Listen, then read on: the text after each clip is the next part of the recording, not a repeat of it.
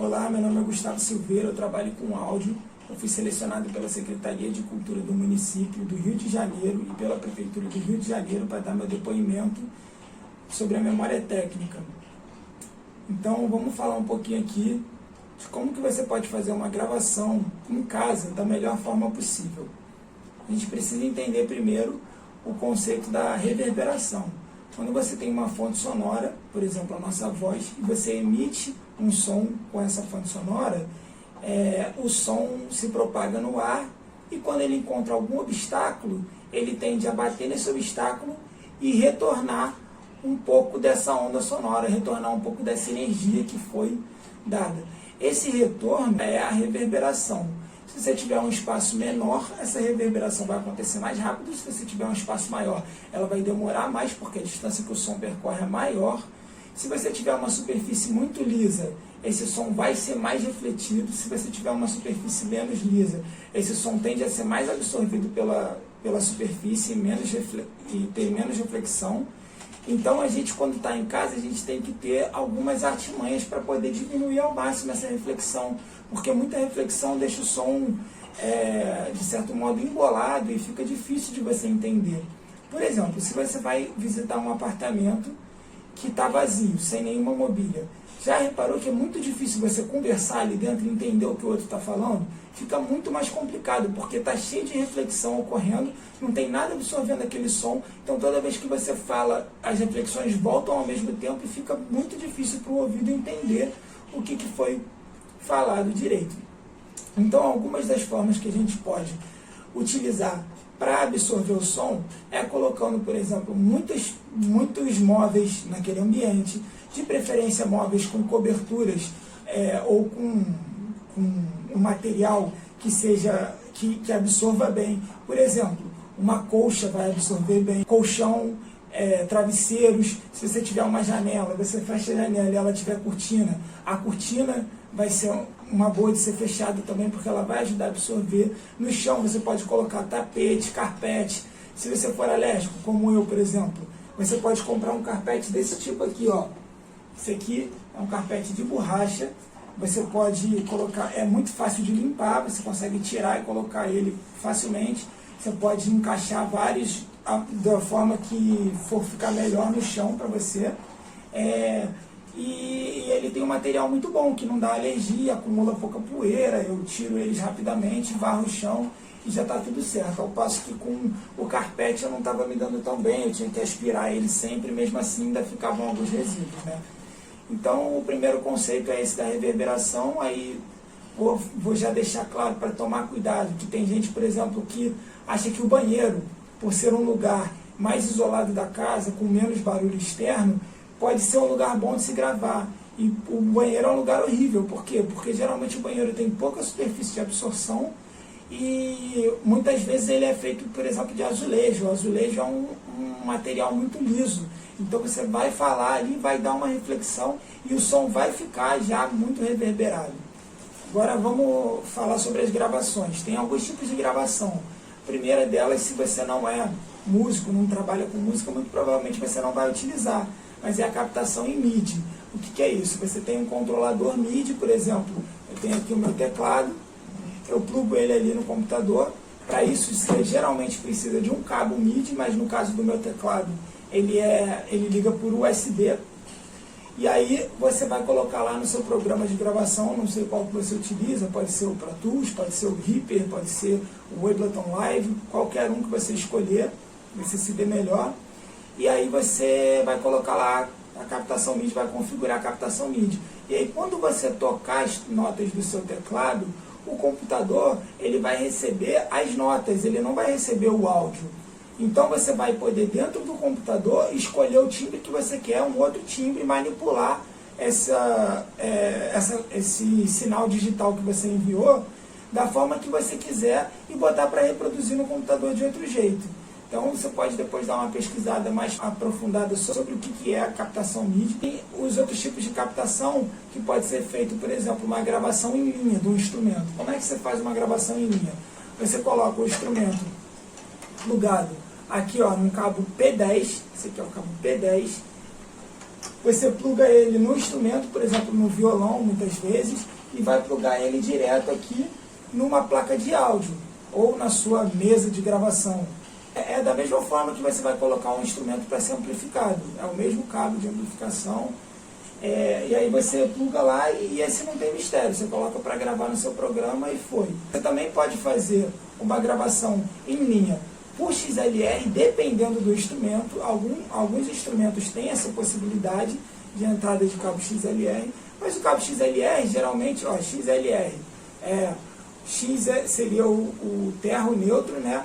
E o LR é o left right. Então ele tem três pininhos. Ele também é chamado de cabo Canon.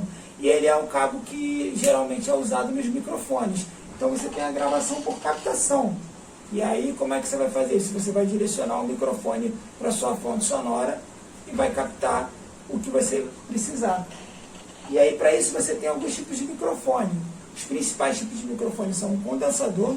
Esse aqui é um exemplo de condensador. Esse aqui é o C414 da AKG. Ele é um microfone, a característica do microfone condensador é que ele precisa de uma fonte de energia um pouco mais alta do que o normal. Ele precisa de 48 volts extra. Essa fonte também se chama Phantom Power. Então, geralmente, você vai ter que ligar ele em alguma placa de som ou então em alguma mesa de som que tenha esse Phantom Power. E aí, se você ligar ele na mesa e não ligar o Phantom Power, não ligar essa voltagem extra, ele não vai captar, não vai funcionar. E por que ele precisa disso? Porque ele tem uma sensibilidade muito alta. Então, para ele vibrar essa membrana aqui da melhor forma para o funcionamento dele, precisa de mais energia. E aí, ele é um microfone que, com pouco ganho, você já está ouvindo todos os ruídos que tem na sala, você já está ouvindo todas as pequenas fontes sonoras que você tiver naquele ambiente. Então, ele é muito recomendado se você quiser ter uma gravação de excelência para coisas muito específicas ou muito bem definidas, mas ele também não é muito recomendado se você não tem uma sala muito boa, se você não tem um ambiente com pouco ruído, porque ele vai captar toda a reverberação do ambiente, ele vai captar todos os ruídos que vierem externos. Então você tem que ter muito cuidado para você usar um microfone condensador, principalmente um microfone condensador de alta qualidade, porque ele vai captar todos os ruídos. O outro tipo de microfone é esse aqui, que é o microfone dinâmico. Esse aqui é o RE20, ele é um microfone muito utilizado em locução e muito utilizado em podcast. Ele não precisa do Phantom Power, você liga ele direto na mesa e já vai. E ele aguenta maior pressão sonora, por exemplo. Ele também precisa de mais ganho para poder entrar o som. Porque diferente daquele lá que já está com a membrana vibrando muito a qualquer estímulo sonoro, esse aqui ele vai precisar de um pouco mais de entrada de som para ele poder reconhecer e captar esse som. Mas ao mesmo tempo, se você botar uma fonte sonora muito alta, muito potente nele, ele não vai estragar, ele vai aguentar essa fonte sonora. Ao passo que se você colocar lá no condensador uma fonte sonora muito alta, talvez você estrague seu microfone. Aí você tem outros tipos de microfone comuns, né, que seriam mais para audiovisual. Microfone de lapela, e tem também o shotgun, que seria aquele microfone que é compridão e que tem ele tem geralmente uma coisa parecida com isso aqui, ó, que é para cancelar os ruídos que vêm pelos lados. Então ele é bem direcional. Esse aqui já é um microfone direcional, os microfones dinâmicos são direcionais, mas o shotgun ele é extremamente direcional, ele vai captar só ali naquele lugar que ele está apontando. Por isso que o shotgun é muito bom para audiovisual, né? Porque ele vai fazer aquela captação sem ruídos externos, vai poder pegar só o que você quer daquela cena. Se você está gravando na rua, então que tem uma série de outras questões de ruídos acontecendo, barulho disso e daquilo, ele vai dar uma filtrada legal nesses ruídos. Agora que a gente já sabe sobre os microfones, a gente vai analisar o espectro sonoro. O espectro sonoro que o ser humano ouve vai de 20 a 20 mil Hz. E o que é isso? 20 Hz corresponde à banda de frequência mais grave que a gente percebe, e 20 mil é a mais alta, mais aguda que a gente percebe. E quando você tem um som, ele é composto pela frequência fundamental e os seus harmônicos. O que faz um timbre de violão ser diferenciado de um timbre de voz, mesmo que os dois estejam tocando a mesma nota, são os harmônicos. O que vai caracterizar a nota? A fundamental. Então a frequência fundamental caracteriza a nota. E todos os harmônicos que essa frequência gera caracterizam o timbre.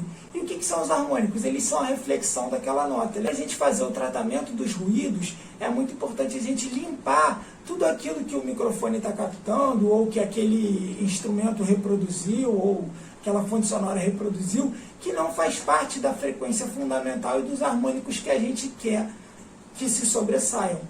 A frequência fundamental, ela é sempre a mais grave de uma emissão sonora. Então, tudo que tiver antes é ruído, não vai fazer diferença, não vai agregar ao som que a gente quer. O ideal, quando você vai utilizar um equalizador, é você vir tirando os graves até o som começar a mudar. Se o som começou a mudar, você volta, porque aí você já está começando a mexer na fundamental e na timbragem daquele som, e não é isso que você quer. Você só quer tirar o som que não é nem perceptível direito, que é aquela só sujeira. É claro que isso aqui é só um depoimento, todos esses assuntos eles têm que ser estudados com mais profundidade, mas eu acho que com isso já dá para você começar a entender alguma coisa e a partir daí pesquisar melhor o que é que você quer entender a mais do que eu falei aqui e o que você precisa a mais do que eu falei aqui.